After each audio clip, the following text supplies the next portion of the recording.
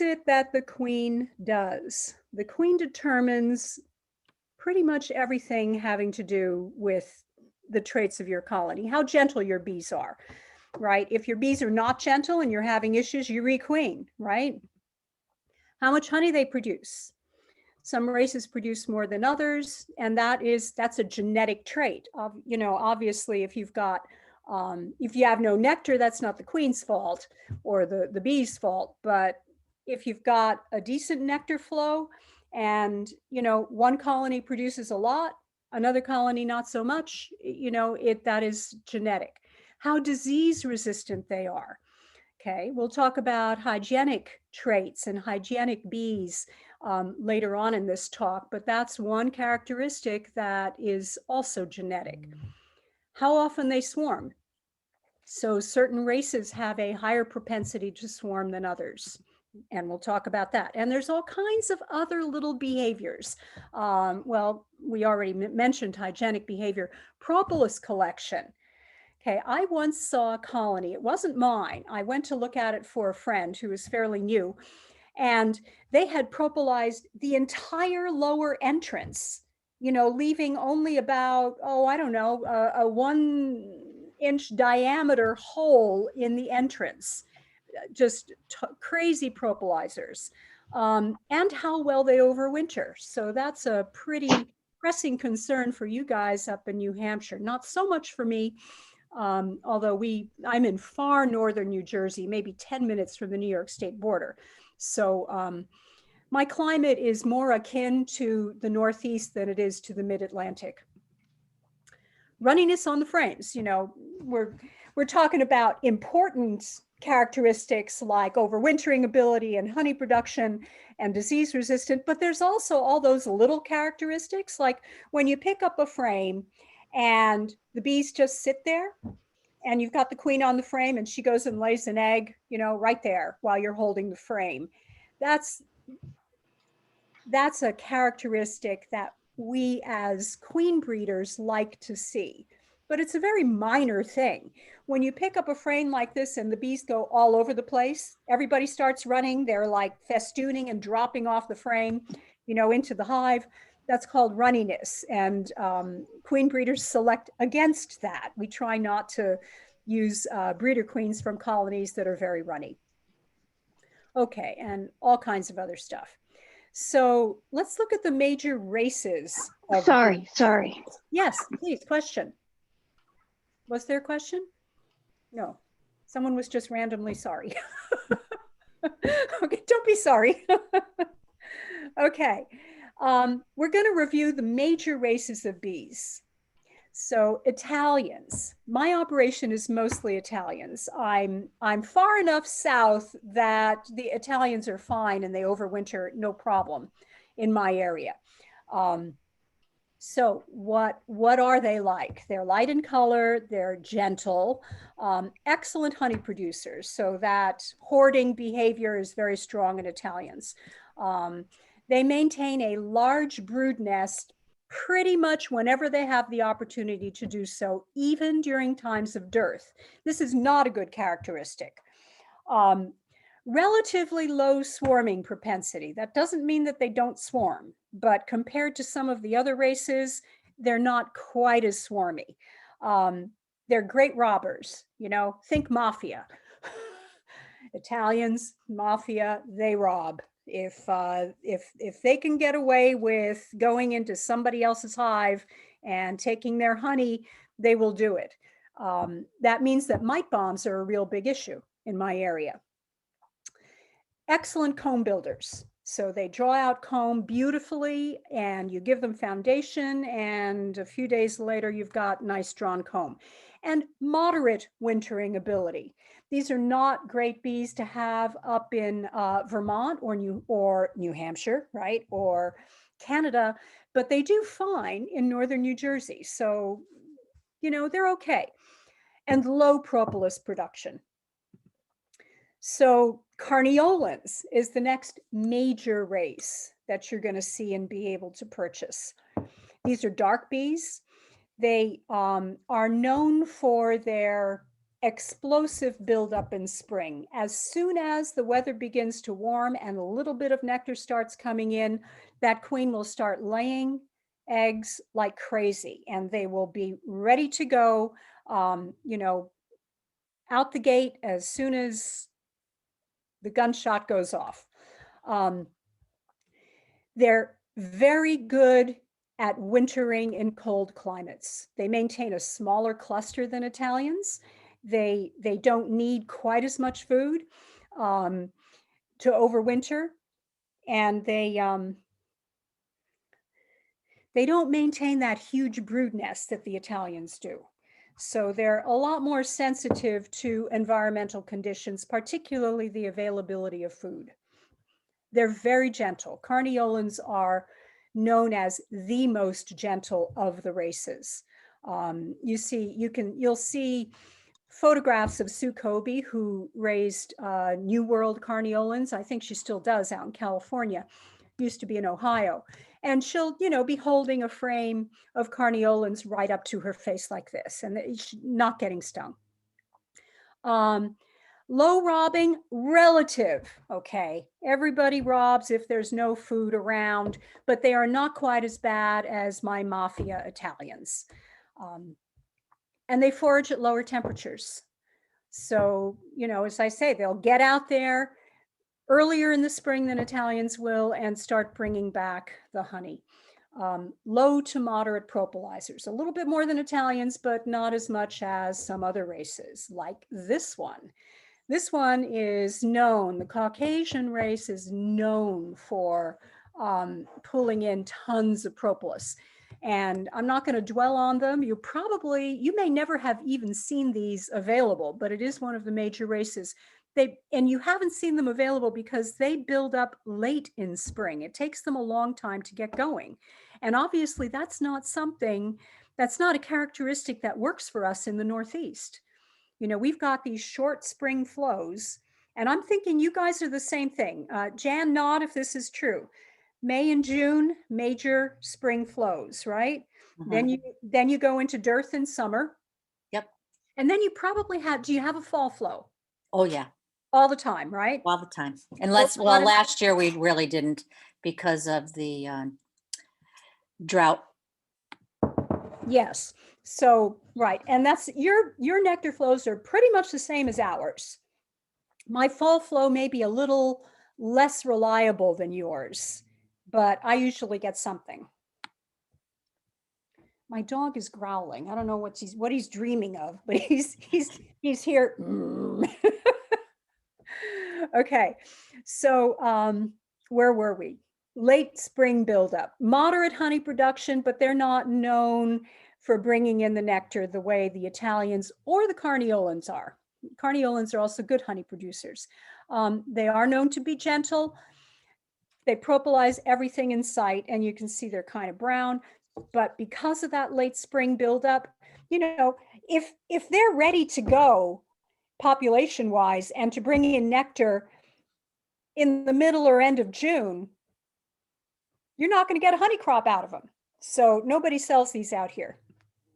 They're used more in the the central part of in the breadbasket, Kansas, North Dakota, that area where there's alfalfa blooming in late spring and all summer long, and they'll make a crop there. The Russians. Okay, so the Russians are actually a subbreed of the Carniolans. They're related to Carniolans. Like Carniolans, they have a very high propensity to swarm.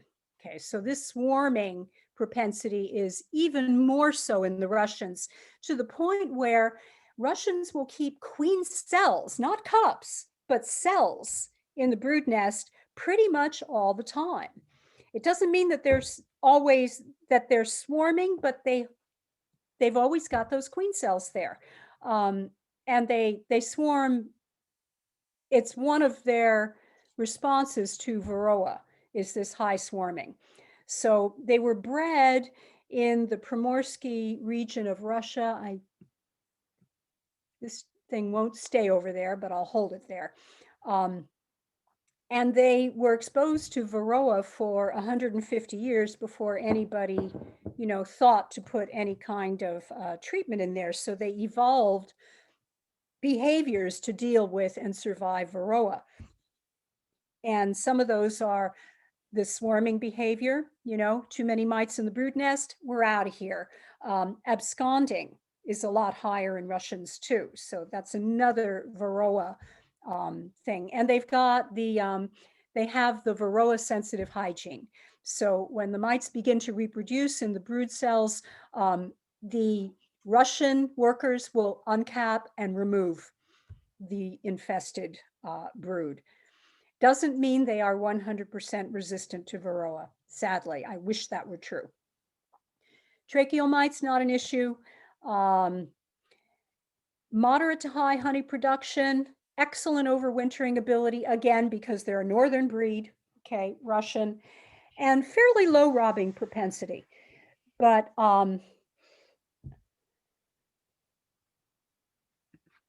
something else I wanted to say about these girls. Oh yes, the gentleness. I have heard Russian breeders say that the pure strains are gentle, but I've actually been up there, and we had an EAS, I think it was New York State, and I had a chance to see Glenn Card's operation, and they breed Russians. So they're one of the registered breeders of Russians, and I got a chance to play around with those bees. They weren't nearly as nice as my bees. If he considered those gentle, I would, they're not gentle according to my standards.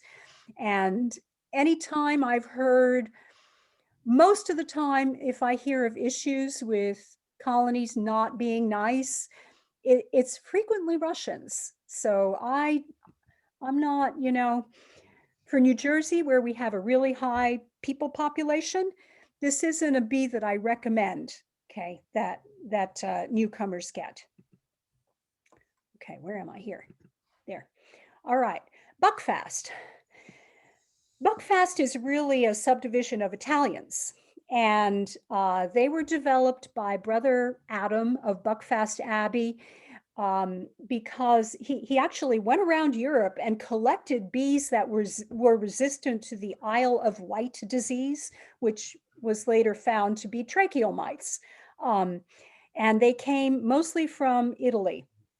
So they do well in cold, wet winters, excellent honey production, mostly Italian genetics. So they have all of the same characteristics as Italians. I have found that the pure buckfast is gentle, but if they get superseded, okay, hybrid daughters are often not. So I've seen that. But you can get buckfast bees. There's no real Varroa resistance in buckfast. Okay, Minnesota hygienic. So we talk about this as being a race, but it's not. Hygienic behavior is a trait that you can find in any group of bees. You can find them in carniolans that are, in fact, the Russians are all hygienic. Carniolans can be hygienic, anybody can be hygienic. It's a behavior that is genetically passed on. So the work on them was done originally back in the 50s by Rothenbuehler. There's supposed to be an umlaut over that U, but I don't know how to make my computer do that. And Marla Spivak at the University of Minnesota continued the line. The reason being, back in the day, like before pretty much all of us started keeping bees, before Varroa came, American foul brood was the biggest issue facing beekeepers. So Rothenbuehler was trying to develop a bee that was resistant to American foul brood, and they are. So hygienic behavior is a heritable trait, but it's recessive, and there are a whole bunch of genes involved.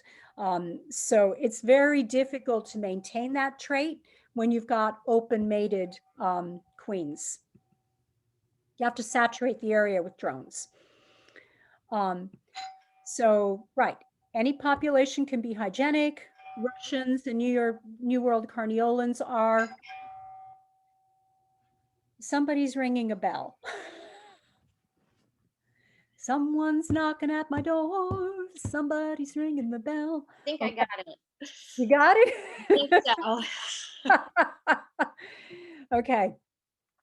So get this, guys, 90% resistance to American foul brood. And they're also extremely resistant to chalk brood. So I raise queens, I breed queens, and I select for hygienic behavior because it's just a really good characteristic to have in your bees. They have some resistance to varroa mites, but it's this VSH, the varroa sensitive hygiene. If you can get, that's what you really want. In fact, I ordered a breeder queen this year. So an artificially inseminated queen that is a VSH queen that I'm going to graft from. And they do have tracheomite resistance. I have in this one, this is a kind of an old talk, probable tracheomite resistance. I'm pretty sure at this point it is documented. Although tracheomites are, as far as I'm concerned, a thing of the past. We haven't had issues with them for many years. So this is how it works, okay?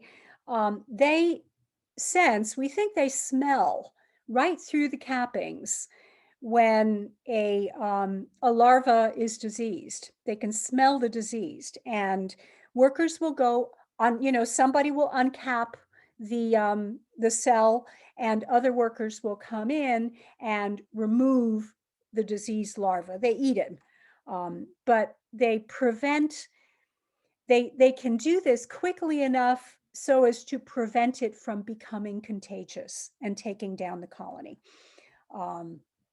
It's pretty cool behavior. So, right, I've had people say, they're good house cleaners, because hygienic, the term hygienic is sort of a misnomer.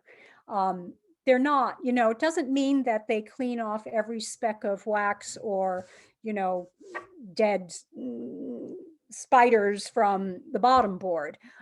It's this specific behavior. I'm not allowed to do that. Okay. I wanted to go back and show that other slide again, but it doesn't want me to do that. But it's the specific behavior of uncapping and removing diseased, or in the case of varroa sensitive hygiene, very heavily infested larvae and pupae. Okay, there's a test you can do, several tests. One is the pinprick test, where you actually pick a section of capped brood and put a pin through about 100 cappings. So what you're doing is you're killing the pupa under the cappings. And then, the workers will come and then, yes, question? No, somebody just coming in probably. Yes, that's okay.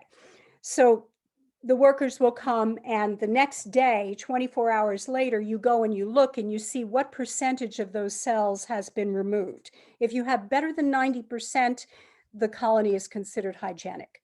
Okay, if it's less than that, they are not hygienic. But think about this. You poke a pin through the capping. Do you think maybe that allows the odor from under the capping to, be more present in the colony? It's kind of not really a good test. So the real way to do it is by freezing. And there's a couple of ways you can do that. If you're doing it commercially and you're raising thousands of queens, you're going to have a dewar of nitrogen, and you're going to use liquid nitrogen to freeze sections and test that. You take a piece of PVC pipe and you shove it into the frame down to the mid rib, and you pour liquid nitrogen in there and leave it there for like 5-10 minutes until it's solidly frozen. And then you remove that, put it back in the hive, come back a day later and see how much of it that they have removed. Okay, but you don't have to do it that way. Okay, what am I doing wrong? Oh, that's what I'm doing wrong. Never mind. Okay, so Here is an example of what is hygienic and what is not hygienic. Okay, so this slide, you can see where the PVC ring was, and these bees really didn't get it that those larvae, those pupae were dead at all, and they hardly uncapped any of them. Whereas the bees on the right, that's 100% hygienic behavior. Okay, so this is how I do it, and it works actually just as well. You can do this with plastic comb also. In fact, it's good. You go in and you actually cut out a section of cap brood. Take this back, you know, I like to make it trapezoidal because it makes it easier to fit back into the frame. I can see which way it goes more readily. If it were square, I'd have a little harder time with that, or round. So I put that in a Ziploc bag. I take it home, I throw it in the freezer. I come back, I put it back in the hive, and the following day I come and I look. Okay, so this colony was in fact hygienic, 100% hygienic. This is just after putting it back in. There's a little bit of condensation on the surface, but they'll seal this in and you'll never know where it was, which is pretty cool. The only disadvantage to this is it involves an extra day. You have to take it home, put it in your freezer, and then come back.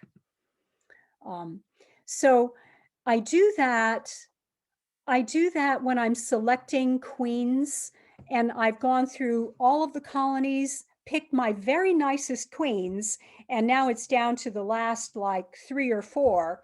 Which ones am I going to use as breeder queens that year? This will be one of the last criteria.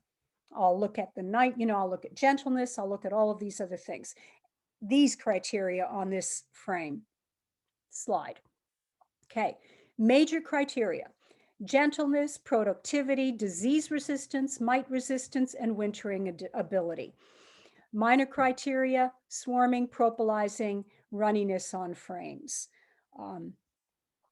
And as far as I'm concerned, hygienic behavior is also rather important criteria.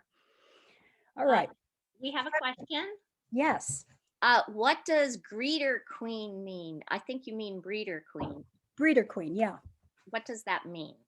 Oh, okay. All right. So if you are raising queens, you graft from your breeder queens. You've gone through your colonies and you've selected the colonies you like the best. And it's never a first-year queen. Okay, so you're always looking at a queen that's at least a year old, and you're looking at how much honey did this colony produce in the previous year? How well did they overwinter? Did I have to feed them? Did they do well on their own? What were the mite counts in this colony? You know, were they able to maintain or lower mite counts and alcohol washes over the course of the season? Or did I constantly have to treat them because every time I turned around, they had high mite numbers? All of these characteristics, in addition to the ones these, okay, we'll look at. And when you pick the very nicest queen in your operation, you're going to graft from that queen, meaning you will take very young larvae from her eggs and graft them into special cells that are used for raising queens. So a breeder queen is one whose genetics you like, and you're using it to raise daughter queens. Did that answer the question? Hopefully. I think so. Okay, good.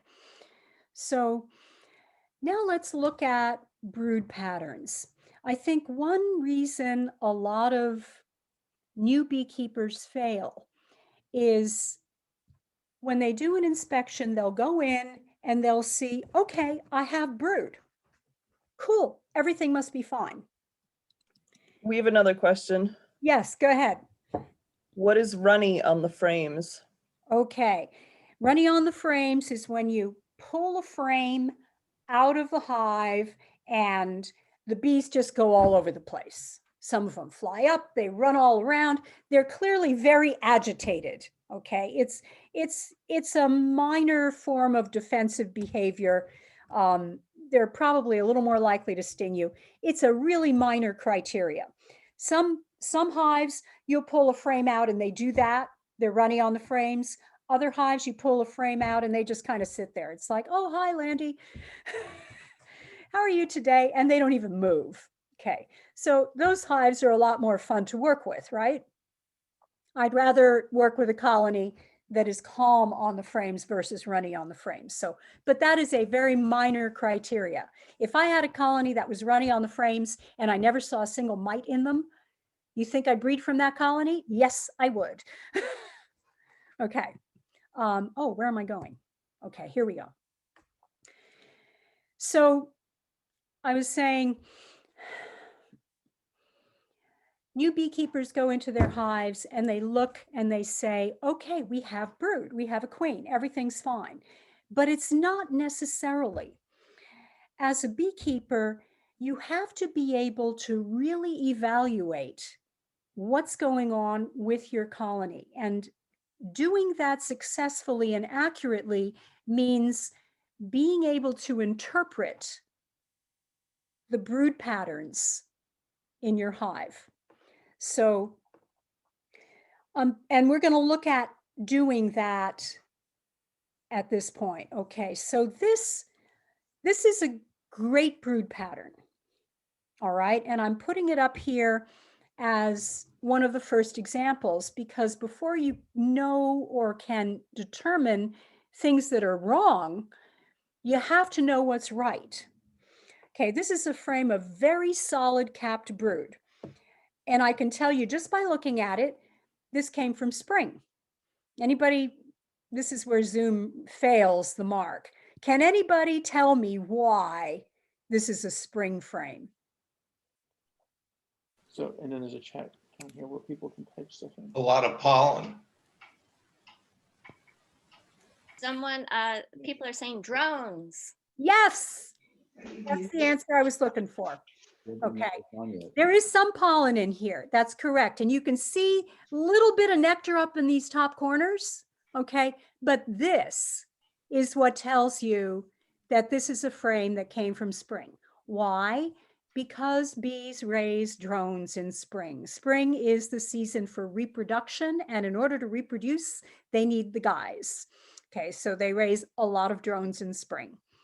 This is a very productive colony.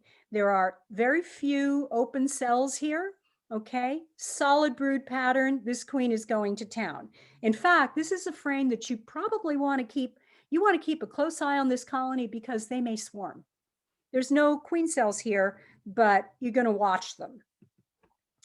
Okay. What's this?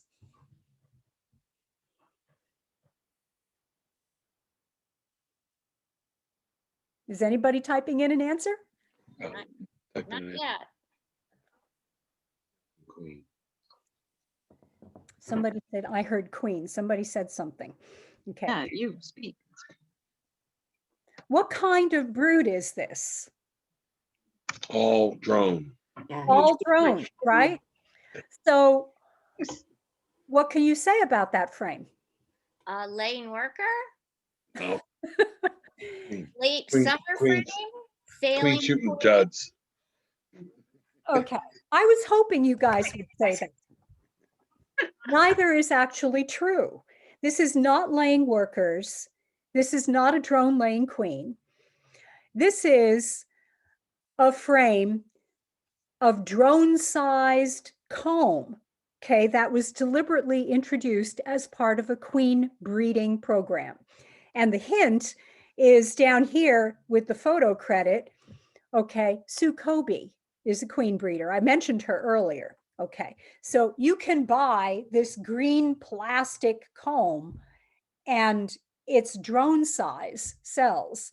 You put it in, they draw it out, and if you give them an opportunity to raise drones, they will raise drones. How do you know that this isn't laying workers or a drone laying queen? You know because of how solid it is. It's 100% solid drone brood, just like that, but it's drone rather than worker. Okay, I'm talking about the middle part here. Laying workers never lay like that. Laying workers lay scattered drone, and we're going to look at frames by laying workers in a little bit. And a queen that's going bad will always have, at least at the beginning, some worker brood in there. Okay, so that's how you tell the difference. How about this? What do you guys think of this frame? Somebody tell me what's going on here. I have to do this. I can't just give you the I answers. think they're typing. I hope they're typing. Okay. Got to wake them up. You know, they're probably Oh. sitting there drinking their coffee, playing Candy Crush. All open brood, Maureen says. Yes, a lot of open brood. Do we like this pattern? Hatched out larva new. Oh, too new to know. Well, take a look here. Does that look pretty solid? Yes. Yeah. Okay. You're right. It is kind of too new to know, but this is actually a beautiful frame of open brood. It's the perfect frame to use if you're doing an alcohol wash. Okay. You want nurse bees feeding larvae. These are older larvae. You can tell they're big and fat because you can see them pretty well even from this distance. This here on the side, okay, pollen. So you see how incredibly efficient these bees are. The nurse bees need to eat pollen in order to produce brood food in their mandibular and hypopharyngeal glands. And they put the pollen right there next to the open brood so that they don't have to travel far to get it. It makes just perfect sense. This is a nice frame of open brood. Okay, so typical frame in the brood nest. We get honey on in the corners on the top, like in an arch pattern, right? Okay, up here there's honey. You can see this is capped honey. Here there's some open nectar here. Okay, they haven't capped it yet. Pollen, a little harder to see, but there's a band of pollen here, again, right next to the brood. In the middle, there's capped brood. I think there may be some open brood here. It's hard to see, but this brood in the middle, pollen, and then honey or nectar. That's a normal, healthy, typical pattern for a brood frame. Okay, let's look at some that are a little weird. Okay. One of these, we've got two failing queens here, and we have one frame with disease and one frame with laying workers. Somehow I lost everybody. I don't know what happened. Okay, you guys can hear me and see me, right? Yes. Okay, all right, there, I've got you. I don't know what happened there. Two, oh, You can okay. change view. I could, look at this, I can do this. Yeah. Okay, I could click another one and get everybody. All right, I'm not going to do that. Okay, so what's the one in the upper left corner? What do you think? Disease. No.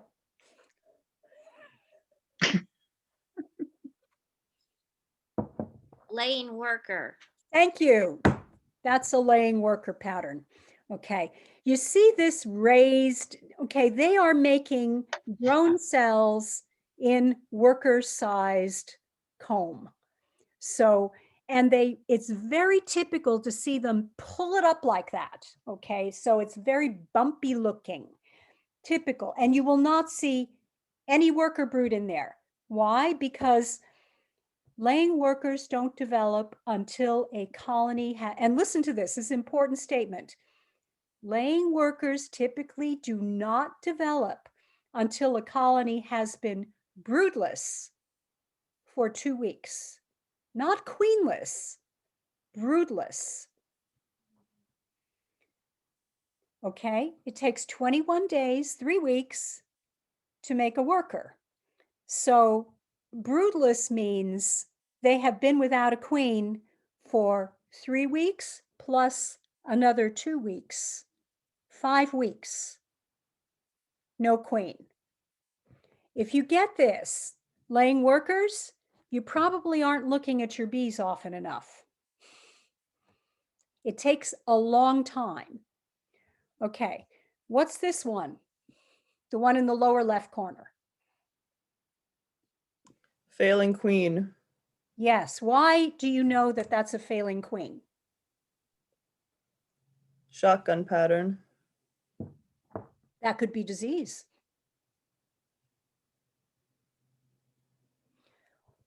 What clues are in here that tell you that there's a queen there, number one, and that she's failing, number two? Mix of worker and drone. Random drone brood. Yes, and it's in worker size cells. You know that because this is all worker here, but right in the middle of that is a drone cell. Okay, they don't just randomly put drone size cells in the middle of worker size cells. So this queen came along here. She wanted to fertilize this egg, but there wasn't any sperm.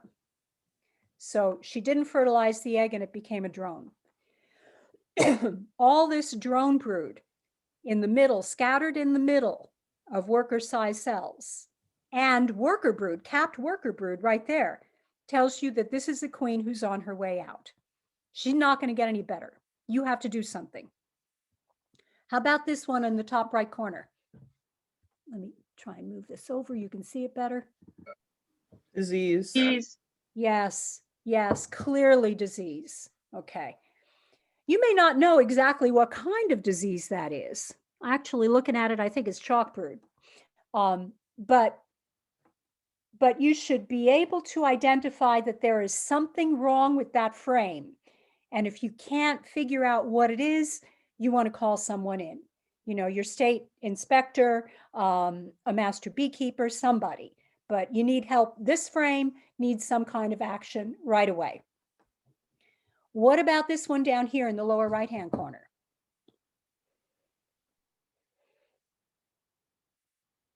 Failing queen, laying worker, disease. We have failing queen and disease in the chat. Okay. All right, the answer is, let me give you a big hint here. Let's see, okay, there's my arrow. What's this right here? The queen. Okay, so we know we've got a queen here. Okay, there's actually no evidence on this frame that there's disease. So this is definitely a failing queen. Okay, lots of drone cells here. There's no worker cells. Another way you can tell is you see how this is like, it's clumps of drone cells. So versus this, laying workers typically lay a cell here, a cell there, a cell there, because they're all acting individually and apart from one another. You know, a queen, even when she's laying drones, still lays in a pattern. She may miss some, but she'll still have brood that is kind of clumped together. We have a question. Yes. What is the benefit of removing a failing queen versus letting the bees do it themselves? Time is one thing. And another thing is they don't always do it themselves. The bees will remove a queen when she's not producing enough pheromone. But failing queens don't always, 100% of the time, have a reduction in pheromone, queen substance. Okay, most of the time they do. But in my experience, it's not all the time. So they can go on for a month or more without being replaced. And during that month, they're not bringing in honey. They're not bringing in pollen. The population is not expanding the way it should, okay, depending on the season. If you don't intervene, those bees may not be able to build up enough and to store enough honey to make it through the winter.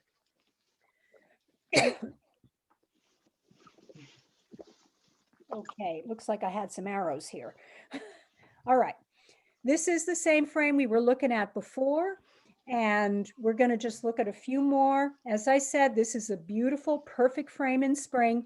This queen is almost too prolific.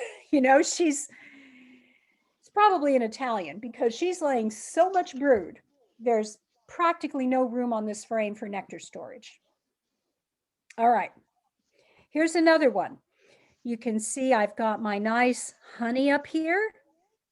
And what can you guys tell me about this queen? First of all, do I have a queen? Second of all, do you like her?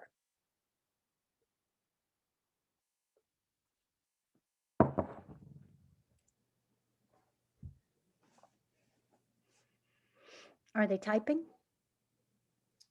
Failing queen, someone says. Okay, you're right. Tell me why it's a failing queen. Too many scattered drone cells, mix of drone and worker. Thank you. Absolutely. Okay. So, you know, the arrow keeps going everywhere. Drone cells right in the middle of worker cells. I know it's a queen because I have worker cells. If I didn't have a queen, there would be no worker brood. How about this? What's going on here?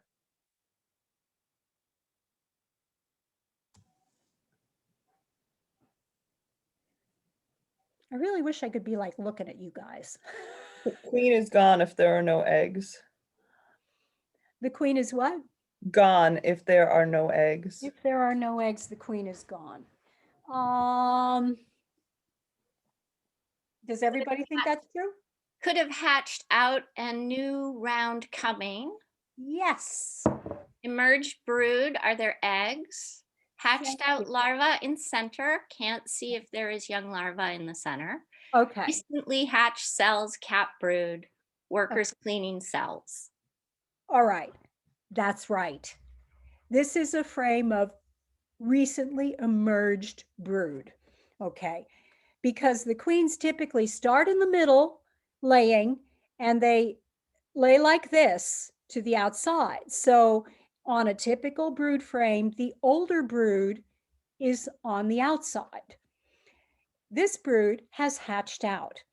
If you're requeening a colony or making up a nuke, this is the perfect frame to put next to the queen cage. Why? Because these guys here are ready to emerge. And when they come out of there, if there's a queen stuck in a cage, stuck into this frame, they're going to say, "Mom, it's so wonderful to meet you." Okay, brand new bees here, a frame of emerging brood. So nothing wrong with that frame. It's fine. Okay, how about this frame? Now it's hard to see, it's hard to see these frames, but there's nectar in the middle here. So tell me what I've got. Honeybound. Honeybound, maybe. I find though that happens a lot less than people think it does. It's actually something, this is very typical of something else. So it could be honeybound. Too many brood cells here. Could be No. queen got above the excluder. Let's assume this is in the brood nest. Okay, not above any queen excluders. I've got some nice capped worker brood here. I've got some drone brood over here. In fact, it's nice and clumped together, right? So we can assume this is in spring. I'd say that this frame is recently drawn out comb because the comb is pretty light. And in Super here- nectar flow. Still waiting. There's one other condition that this is very typical of. Let me add some information for you. There's no eggs anywhere in this hive. I can't find any eggs. All cap brood queenless, Kathleen says. running out of laying space, backfilling, queen cells present. Queenless if no eggs. Okay, I'm going to give you the answer. Queenless is a common answer, and it's usually wrong. This is probably a hive that swarmed, Hmm. okay? And after the queen has left and before the new queen has mated, they will backfill the brood nest with nectar. So I get probably at least a dozen calls from new beekeepers in spring saying, my colony is queenless. My hive is queenless. Do you have queens? And I ask them to describe what they're seeing, and they tell me this. Okay. And I say, wait a couple of weeks. If you still don't see eggs in 2 weeks, come back and we'll talk. Okay. We have a question. Are Yeah. those queen cells at the top of the frame? You know what? They could be. I can't really see. It's possible that this is like an emerged queen cell that's being ripped down. You can't always, sometimes you'll see queen cells, that have where the queens have already come out and they haven't finished ripping them down yet. Sometimes you won't though, because by the time they get all of this nectar in here, they've often already ripped down any open cells. So that's not a 100% guarantee. A lot of the time you can tell whether this is, whether this colony needs more space to put nectar or they just swarmed by looking at the behavior of the bees. If the bees behave differently if they're truly queenless. And we'll talk about that a little bit more. Okay. Tell me what this is.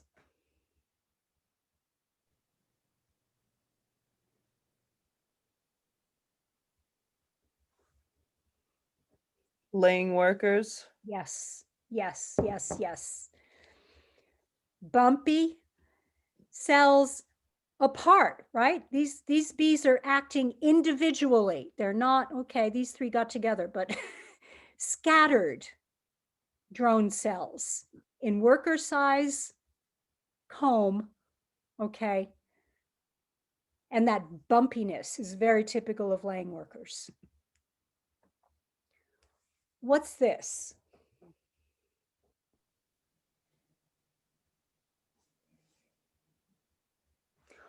Ooh, you know what? Before we talk about this, so I don't forget, I'm going to say one other thing about this frame, because it's such an important thing, and I see so many beekeepers make this mistake. You want to know a perfect way of telling whether you're queenless or not?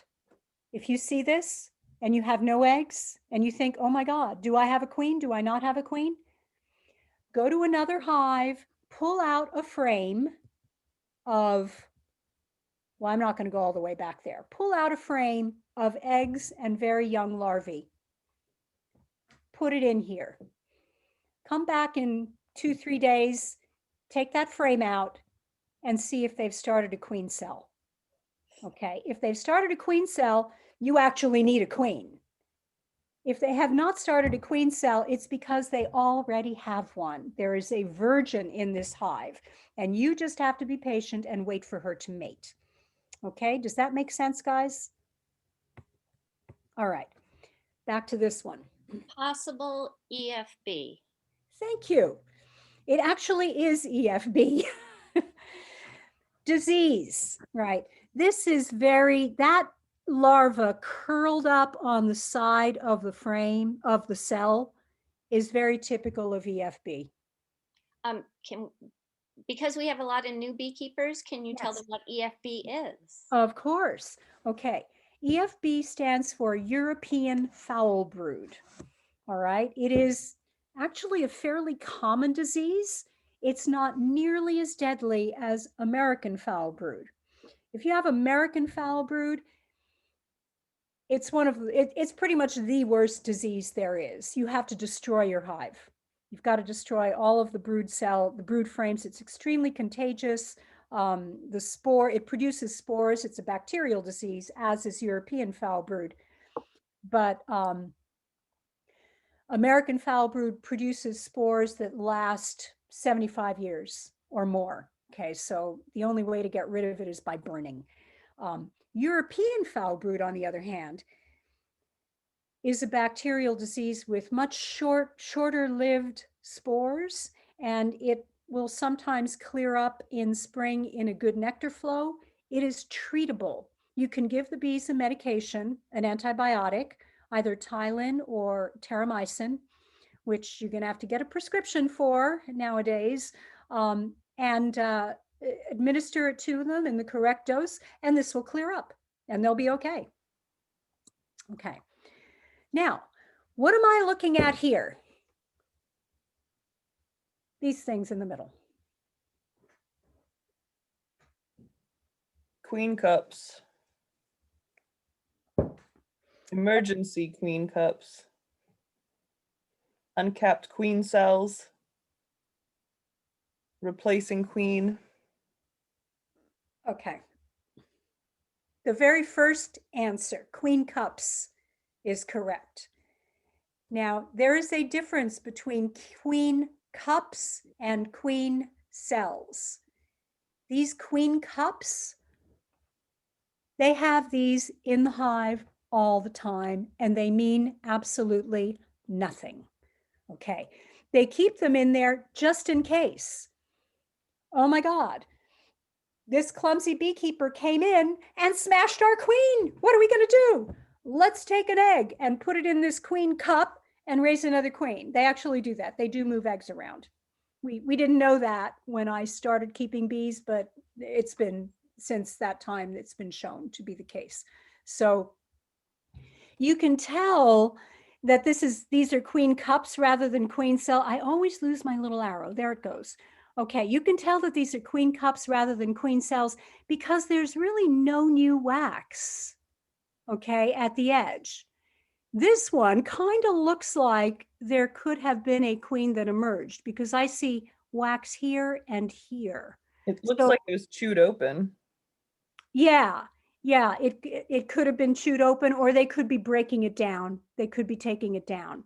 But this is, you see this in your hive, they're not about to swarm, okay? They're not necessarily going to make a new queen. You have to look inside the cup. If there's an egg in there, it's a queen cell. And you will see them begin to draw out the edge of it. Okay, so these are normal. They're always there. How about these? And this frame. Wow, what a gorgeous frame, huh? Swarm cells. Thank you. Swarm cells. Yes, these bees are ready to leave. These bees have said, we're out of here. We're making another colony.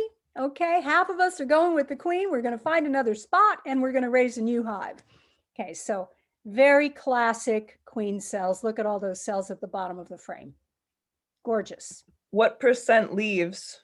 What percent of the workers? More than half. I think it's typically about 60 to 70% of them leave, closer to 60. And but look, the ones that are left behind, look at all the brood they have. So this is all capped brood, and that's very, very typical in a healthy colony. You will see a lot of frames of capped brood. So after a week or two, you may not even notice the difference in population. Okay, if you inspect them immediately after they swarm, you'll see it. You know, if you're taking notes the way you should be. If We have you, some questions. yes, go ahead. What would you do to prevent them from leaving? Ah, that is the topic of an entirely different talk. There are a lot of things that you can do to manage swarming. You're not going to be able to control it 100% because it's a biological imperative. It's like saying to people, don't have babies. You know, they're going to, you know, they want to do it. I mean, you can offer them incentives. You can try and trick them into thinking that they've already swarmed, but, you know, swarming happens, and no matter what you do, a certain percentage of your bees will swarm. So the most common way of managing to prevent swarming is by reversing brood boxes in spring, because bees like to work up. And if there is not drawn comb above them, they think they're out of room. One of the things that contributes to swarming is the fact that there are too many bees in the hive, so the queen substance gets diluted. And when each bee is not receiving her quota of queen substance, it's a trigger for them to swarm. So overpopulation, not enough space for brood production and for nectar storage triggers swarming. So we have a question. So they move an egg to the bottom of the frame to swarm?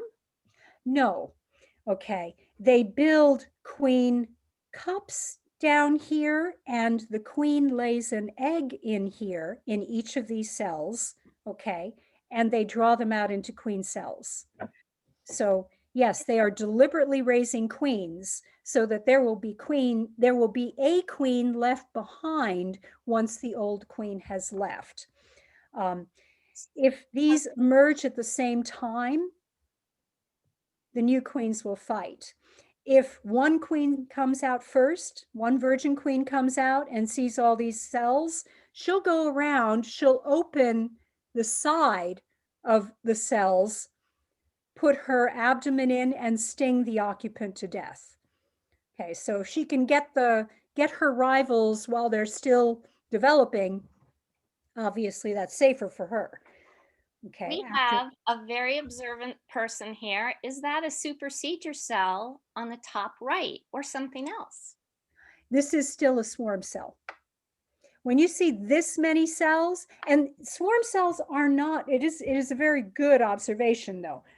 And it brings up a good point. Swarm cells aren't always put at the bottom of frames. They can be like that. Okay.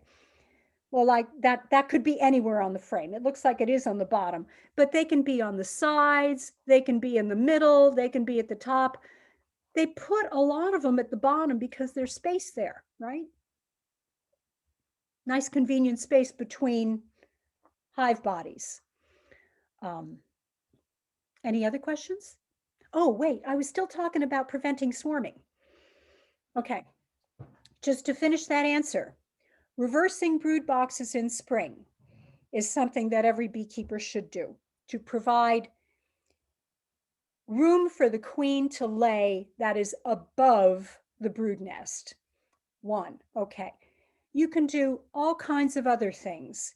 You can use a Snellgrove board. And I'm not going to tell you what all of these things are, but you can look them up. There's a lot of swarm, kind of invasive swarm prevention techniques. Snellgrove is a fun one.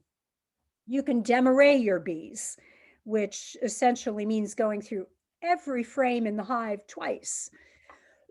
So these are time-consuming things, but they do work, and you will get a bumper crop of honey. Both of those are really hobbyist things. You're not going to do it if you got 100 hives. You can shook swarm. You can do something called, oh,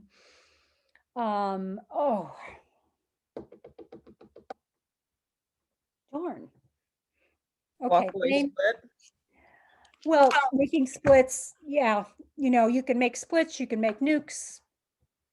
Once the cells are capped, it's a lot harder, okay, to control swarming. If you can catch it before the cells are capped while they're still open, you've got a much better chance of preventing swarming.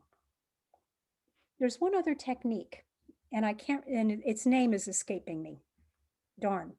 Okay, if it comes to me, I'll tell you. More queen cells, probably swarm cells because of the number of them. Okay, so if you're introducing a new queen, how do you further the chances or increase the chances of acceptance of that queen? Okay, you've gone out, you've called up Mike Palmer, okay, and said, Mike, I really want a new queen. Can you ship me a nice queen? And he does. He ships you one of his beautiful queens because you've got a drone layer. So you've gone in there, you have killed your drone layer, and you're going to put one of Mike's queens in. How do you guarantee that that queen is accepted? Biggest thing affecting queen acceptance is food. So you can practically throw a queen in that hive if it's during a strong nectar flow. No cage or anything, although that's not something I'd guarantee. I would recommend you do. But they're too busy storing honey, storing nectar, making honey.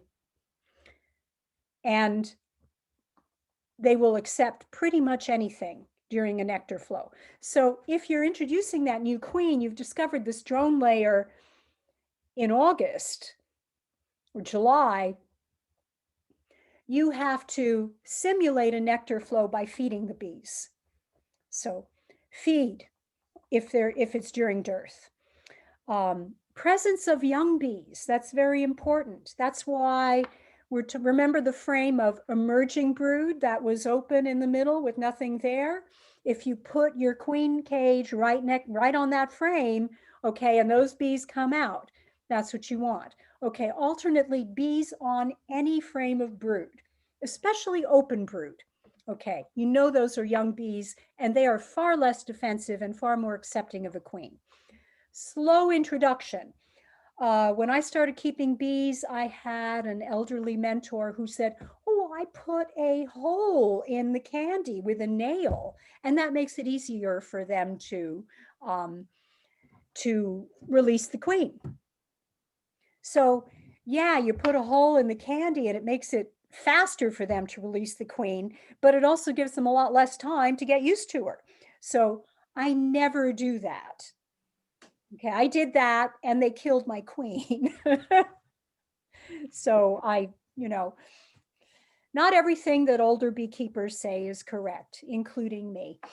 But slow introduction is better. Sometimes if it's during a dearth, I will actually leave the cork in and let the queen stay in the brood nest while feeding the hive for a week, 5 days or a week, and then I'll come back and I'll take out the cage and I'll see how they're acting. If I run my finger across the screen and the bees move, they're probably fine. If they're feeding her through the screen, I know they're fine and I can take the cork out. If I run my finger across the screen where the queen is and there are bees biting the screen, it's too early. They will not accept her. They're trying to get to her and hurt her. Okay. Racial similarity. Question. Yes. Do you use the push-in cage method? We'll talk about that in a little bit, okay? So hang in there. I don't, but you can. Slow introduction. Racial similarity. If you try and introduce a Russian to an Italian hive or a hive that has Italian bees, they're less likely to accept her than if you introduce an Italian queen. So bees are just like people. Do you allow a delay between killing the old queen and beginning introduction? Yes, a day. Have you seen issues with Saskatraz queens? What kinds of issues? I've had Saskatraz and they've been fine. I haven't had any issues with Saskatraz. Being accepted? Oh, no, no issues. I've actually bred from Saskatraz and they were fine. Yeah, I didn't have any issues. Okay, queen cages. So if you get a queen from Mike Palmer, it's actually probably going to come in one of these. That's a JZBZ cage. I have a new grandson who just turned 1, right? His name is James. So my nickname for him is JZBZ. And nobody gets that but another beekeeper. This is a Benton cage. It's one of the oldest queen cages. It's a 3 compartments. So this one compartment is filled with queen candy, queen cage candy, and there's some attendants in here and your queen. Same thing. There's also California cage, mini cages, which are just 1 compartment, and there's a tube that is put in one of the holes in the side here, filled with candy. So there's a lot of different kinds of queen cages, but they all pretty much have some candy that the bees have to chew through in order to get to the queens, and a compartment for the queen and some attendants.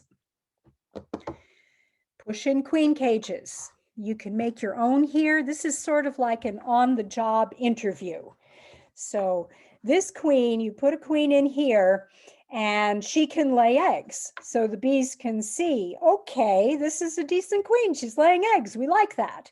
And hopefully that will help them to accept her. The problem I've had with these is that it's kind of hard to get this right to the midrib. And the edges of this cage must go to the midrib of the frame, because if they don't, the bees will get underneath and they will make a hole down here and they'll get in there and they will kill the queen. So I tend not to use these. Basics of requeening. Strong nectar flow or feed 1-on-1 syrup to simulate a nectar flow. Dequeen 1 to 2 days before introduction. Always place queen between frames of brood with young nurse bees and preferably emerging brood. Do not block the screen of the cage. Whoops. Why can't I do that? That's crazy. Huh. Okay. I want to go back. I don't know why it doesn't want me to go back a frame. Maybe this way. Yes, okay. So this screen needs to be perpendicular to the frames. That means you're putting it in sideways so that the screen is in between and bees can get to it. And that's a pretty important thing, okay? Because if the bees can't get to the screen, they can't smell the queen, they can't feed her, and you're a lot, you don't want to, and you're going to smother her, so you don't want to block the screen. I really like the slow introduction, and you can leave the cork in the candy end. If everything is fine and they're making nice and you come back after 5 days and they seem to really love this queen, you can actually take the cork out and release her yourself. And she'll walk right on to the frame, and, the first thing she'll always do is she'll go to a cell that has nectar in it and she'll take a drink of nectar. They always do that. They go right to the food, have a drink, and then they get to work. But if you're not positive, which with not much experience you won't be, okay, just take the cork out and let them release her themselves. Okay, optional things. Do you remove the attendants or not remove the attendants? There's usually better acceptance with removal, but it's a pain in the neck, okay? And you don't want to have the queen come out while you're trying to take out the attendants. When you put this cage in, always put it in with the candy end up, because if you put it in candy end down and dead attendants block the entrance, they may not be able to get the queen out. And you'll come back and you'll find a dead queen in the cage. So don't want dead attendants to block the opening. Can you want to order your queen marked? Do you want to mark her yourself? Clip wings. I don't generally clip wings. If you've got a valuable breeder queen, you might want to consider that, but it's not typically something I like to do. Another question, who releases the queen, you or the bees? Typically, I prefer to have the bees release the queen, but if it's dearth and I'm not sure about what's going on, and I want a real slow introduction, I may choose to release her myself. Push and cage, introduce to a nuke first. Okay, this is my very, very favorite way of requeening hives, and I do it almost all the time. I'm going to say 90% of the time. If I need to requeen a colony, I will do it using a whole nuke. So what I do is introduce the queen to the nuke first, at least like a 5-frame nuke, make sure she's accepted in the nuke, which of course she's going to be accepted very readily because there aren't very many bees, and mostly they're nurse bees, okay, because there's brood in there. And then I take the whole nuke and put it in the hive that I want to requeen. The whole nuke. She's already got her entourage. She's got all her bees right there. That's almost 100% successful. Takes a little longer, but it's a great way to requeen a colony. When to requeen? If you only have a couple of hives, requeening annually is a great way to reduce swarming, and you'll increase honey production. Okay, so having a young, vigorous queen, and you'll get through the winter with a greater chance of success. Young, vigorous queens are great. Okay, if you got 50 hives, you're probably not going to do this. And nowadays, queens are superseded far more frequently than they used to be. When I started keeping bees, almost 25 years ago, we could keep queens for 4 years, 5 years. You'd still have the same queen. But nowadays, because of diseases, black queen cell virus and the various diseases that we have, that almost never happens. They get superseded probably annually on the average. It's unusual to have a queen last more than a year. We have a question. Yes. Is the nucleus you're talking about a newly created nuke when you're introducing the queen? Yeah. Yeah. Or it can be, like for me, I produce nukes. So right now I've got a yard with about 40 or 50 nukes in it, 3 dozen or so of which I will sell come spring. But I always have nukes in my operation, always. And when I need a queen, I'll take a nuke and I'll give, the queenless colony or the hive with the problem, the whole nuke. But you can also, if you're buying a mated queen from someone, make up a nuke, introduce the queen to that made up nuke, wait a week or two, and then requeen. It doesn't even have to be a week or two. As soon as she's accepted and laying in the nuke, you can introduce her to the larger colony. So either way, it's a lot of fun, I find. Boy, oh, okay, wait a minute. We have a question. How do you make up a nuke? How do you make up a nuke? Okay, mark or order new queens marked. You make up a nuke. A 5-frame nuke should typically have 2 frames of food. So a frame of honey and or nectar, and a second frame with at least some pollen on it. Okay, so we want some honey, we want some pollen. 2 frames of food. And the other 3 frames should be brood. I like at least 2 frames of capped brood. And if I can find a frame of emerging brood, that's perfect. If I'm out of capped brood, you can put open brood in there, but yeah, you can have a frame of open brood too. It's not a problem. So 2 frames of food, 3 frames of brood. That's a nuke. Okay.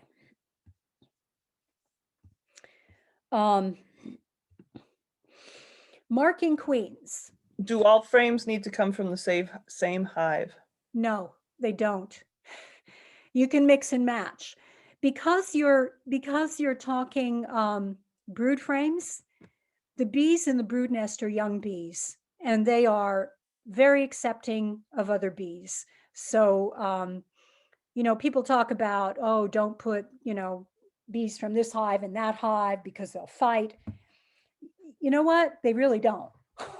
They don't fight, especially nurse bees. So I'm mixing and in fact, when I'm making up colonies, like for if I'm making up a finishing colony for raising queens, and that's a colony, a very, very large, a monster hive, usually at least 6 boxes high, that is going to be, I'm going to give frames with perhaps as many as 60 queen cells on. And I'm going to ask these bees to finish the queen cells before I introduce them into mating nukes. I will go around to perhaps 20 different hives, and I'll harvest frames of cap brood, frames of food, frames of open brood, and put them in boxes just labeled cap brood to stock this finishing cell.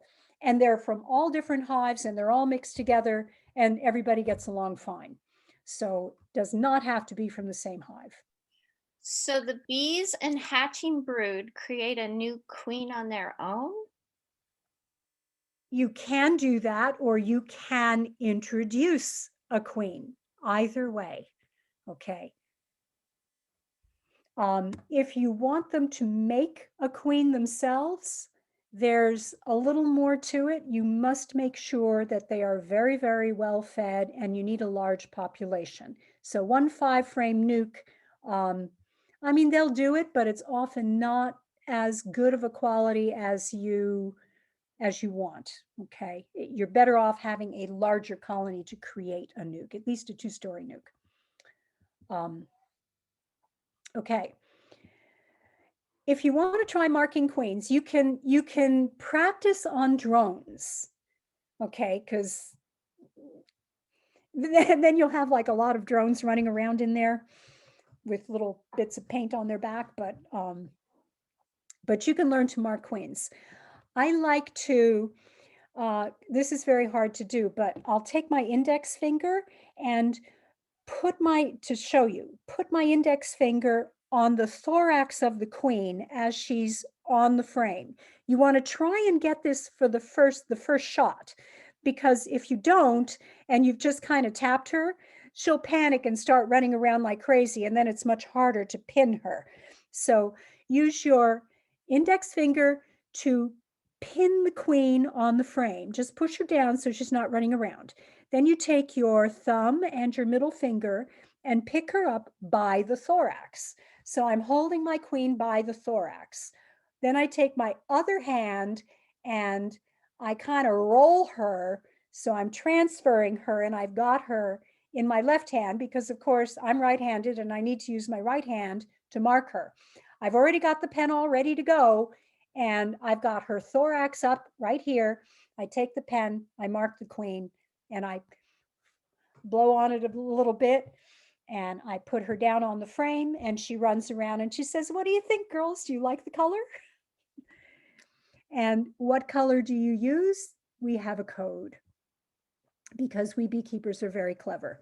The code is here: beeswaxed your red garters, starting with the year 0 and going up 1, 2, 3, 4, 5, 6, 7, 8, 9. It repeats, okay? So 0 is blue, 1, any year ending in 0. So 2020, last year, okay, was blue.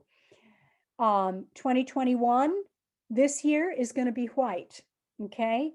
Yellow, 2023, 2022, sorry. And 2023 will be red. When you get to 2024, wait a minute, okay, wait, 0, 1, 2, 3, 4, right, 2024 is green, and 2025 will be blue again. So it repeats once you get to the 5th year. Okay. And I like to mark my queens, especially, the ones that I raised myself, because marking them permits me to know when a queen has been superseded. I want to know whether that's my queen in there or another queen. Okay? No, I don't, okay.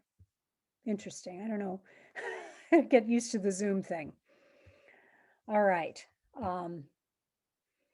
Yes, you still have to catch the queen and get her in there. This is a cool little thing for marking queens, but you got to catch her and catch her, by pinning her on the frame and then picking her up. Never, ever, ever, ever, ever handle a queen by her abdomen.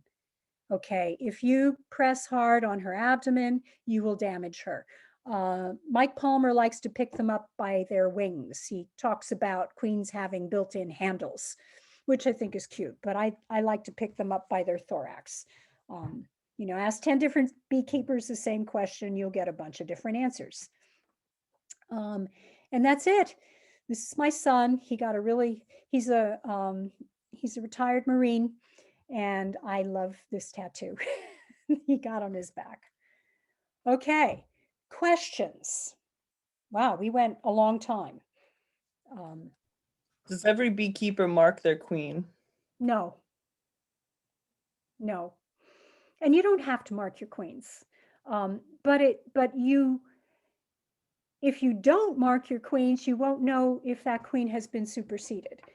So you may not care if the queen has been superseded, but it'll tell you if you've got a young queen going into winter. It helps you know if you're raising queens, as I do, that's kind of important information. Okay, but as a hobbyist, it may not be as important for you. For the extra $5, if you're buying a queen from someone, I think it's worth the extra $5 to ask the breeder to mark them for you. When does OAV affect queens, if it does? As far as I know, it doesn't. Is there a better, easier time of year to mark her, for example, spring? No. Whenever you've got her, you can mark her. And I've got to take that back about OAV. Okay.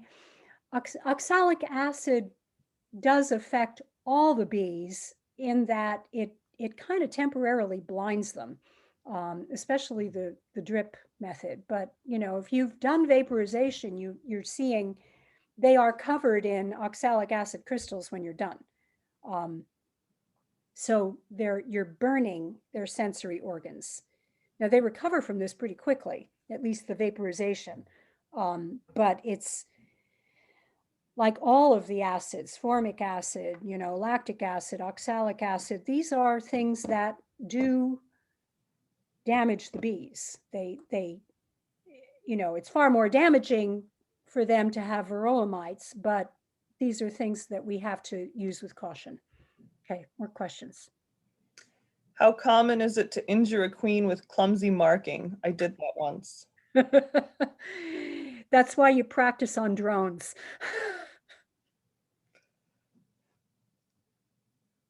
Can you mark through the queen cage?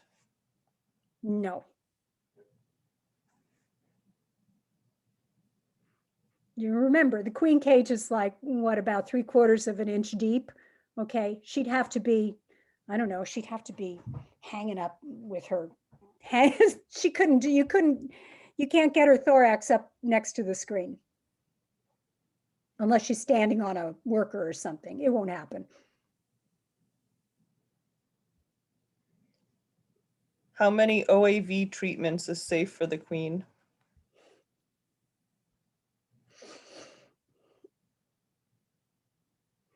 I don't know the answer to that question, but I'm going to pass on something I feel pretty strongly about in terms of OAV. I use it, but I only use it when my bees are broodless. Okay, so I do one OAV treatment in late fall, like November. And even late November, When I find my bees are broodless, I use OAV as a cleanup treatment, okay? If there's brood in the hive, it really doesn't work well. And I don't think that, doing it once a week or once every 5 days repetitively 4 or 5 times is not, in my opinion, a good practice. I think it is too damaging on the bees. And you think about it, OAV only kills mites for the 10 minutes or so that you're vaporizing. Okay, there's very little residual effect in killing mites, and it doesn't kill mites under the cappings. So you kill the mites that are phoretic on the bees. That phoretic, P-H-O-R-E-T-I-C, just means they're on a bee, okay, a worker or a drone that's running around in the hive, not inside the brood. But most of the mites are in the brood. Like 80% of the mites that are in the colony are under the cappings. So you've killed 20%, and 15 minutes after you've done this, okay, and bees with mites start to emerge from the cappings, now you've got mites again. You wait another 5 days or a week and you kill the mites that are on the bees, okay, but you don't kill what's in the cappings. So all you're doing is subjecting your bees to an acid burn every 5 to 7 days without really killing all the mites. I don't think it's good practice. It's great for cleanup though.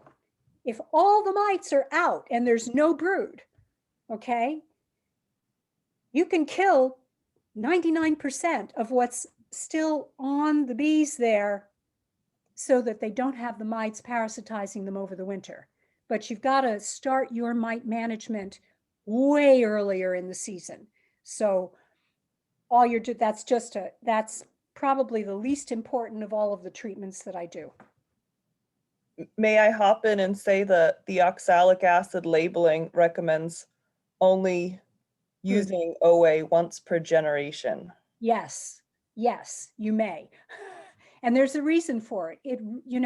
I've talked to Dr. Dewey Karen about this on several occasions. And, his take on it is that it really is quite damaging to the bees. It burns the bees. It burns their feet. It burns their antennae, which are their sensory organs. So you're, real hard on the bees. More questions?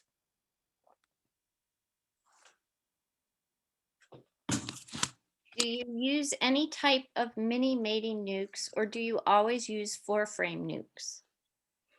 I use 5-frame nukes. Now, my whole operation is mediums. So I use 5 medium frame nukes as mating nukes. And then what I do is I super them so that they build up, because I overwinter my nukes. My whole operation is I sell nukes in spring, and then the nukes that I have retained, which are actually 3 to 4 stories high when I winter them, okay, get split down and broken up into mating nukes. Then I start raising queens, okay. I may have 60 mating nukes, and I build them up by adding extra stories, letting them, build up during the nectar flows, and then overwintering them again.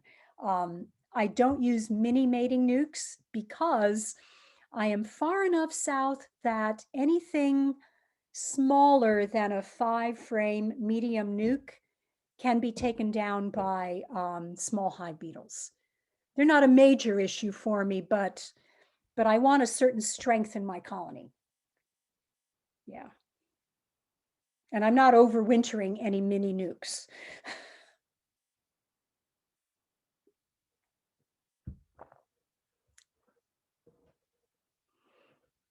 Any more questions, or are we going to go shovel snow? Well, that's great, Landi. Thank you so much for joining us. Okay, thank you all for Appreciate having me. I hope you learned something. I hope at some point I get to actually see you guys. We have a couple more questions. Yeah. What's your source for medium nuke boxes? I've made some myself. I've had them made by Dottie Harvey here, commercial beekeeper who does woodwork here in New Jersey. Brushy Mountain used to make really lovely medium nukes, and Brushy Mountain's not around anymore, so I don't know what to tell you guys. I'm sorry. Humble Abodes makes them and Janice carries them. Who does? Janice, Humble Abodes. Oh, So, Humble Abode. Okay, so that is Better Bee owns perfect. Humble Abode, and Janice is a distributor for them. So Excellent. Now you know. Cool. How much beekeeping experience is needed before you suggest starting to breed queens? It's a really good question. I would say at least 5 years. It's really, I love it. It's so much fun, but it's definitely the most challenging aspect of beekeeping by far. You have to do everything right. Okay, there's like no forgiveness in raising queens. You also need to have the Bees. resources to do. Yes. So you need enough colonies and frames of brood Mhm. to be successful at it. I agree. I mean, a hobbyist can raise a handful of queens, Right. but you need big, strong, well-fed hives to create the cells, to feed the cells. And you need a lot of mating nukes. If you raise one frame, okay, 30 cells, you need 30 mating nukes. So probably around 50 hives is about a Yeah. decent number to raise queens. You have much less than that, then you're scrounging for resources. Talk about the difference between raising and breeding queens, or is it the same thing? It's not necessarily the same thing, and that's a really good question. Breeding queens means you are selecting, okay, for specific behaviors, just like we talked about before. We talked about the productiveness, gentleness, and so on and so forth. Raising queens means you're taking maybe somebody else's queen, okay, a breeder queen that you purchased, and grafting from that queen and raising her progeny. But you didn't go through your own hives and select your own stock, okay, to find a breeder queen. I have done both. And it's actually a good idea, because now over the past several years, I've been breeding queens. So selecting my best queens and grafting from them. So raising their daughters. This year, I'm buying a queen from a breeder who selects for, actually, it's an artificially inseminated queen, that a varroa sensitive hygiene queen. Okay, so it's been it's, and I will incorporate that genetics into my operation by getting her daughters. And now I'll have more of that here. You have to, every once in a while, you got to bring in outside genetics. Otherwise, you run the risk of inbreeding. I have a question. Yes. Do you run a separate drone yard for your mating? I do. Yeah. I do. And that's the other difference when you talked about raising queens and breeding queens. You're selecting what drones you hope mate with your queen, so those genetics are carried on. That is absolutely So the really genetics of the drones are 100% of what their mother was, but the genetics of the workers are 50% of their mothers and 50% of whoever she mated with. So if you're introducing your virgin queens that you like that stock to drones that you liked that stock, then you're going to have a better queen. Right. That's absolutely true. So you want to position your drone mother yards about half a mile away from your queen mating yard. Mhm. Yeah. What about treatments at hive entrance? Varroa treatments? We're going to go through that on the next class, Ken. I know that, on the next section. Yeah, that's kind of, I Yeah. have no experience with that, and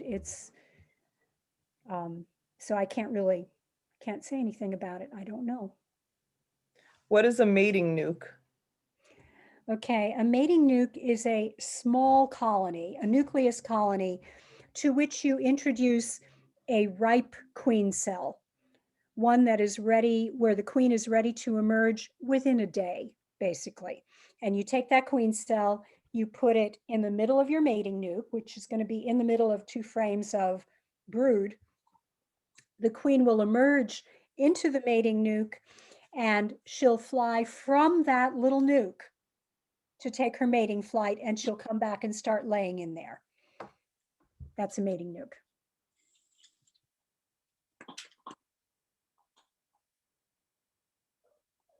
Okay, I think that that's pretty much it for our list of questions. Okay, I want good. to thank everybody for attending this morning, and I want to thank Landy again for taking time out of her hike You to wish me come luck. and Wish me luck up there with the snowshoes. yeah, and to enlighten all of us. And for those of you that are in our regular class, we've got extras here this morning. But for those of you that are in our regular class, we're going to log off of this and hop onto our regular classroom. Give yourself a couple of minutes in between to grab a cup of coffee, go to the bathroom, take the dog out, whatever you need to do real quick, and we'll catch you at the next section here this morning. Thank you. I have something to Thanks, say everybody. before everyone leaves. Is Landy's coming to the NHBA spring meeting, I believe. Yeah. Yes, I am. He will be talking, and that link will be free for everyone. So keep an eye out on the New Hampshire Beekeepers webpage and on our Facebook page. And you are all welcome to attend. Okay. Thanks, guys. It was great chatting with you, and I'll see you guys later. Bye. Thanks, Lynn. Thank you.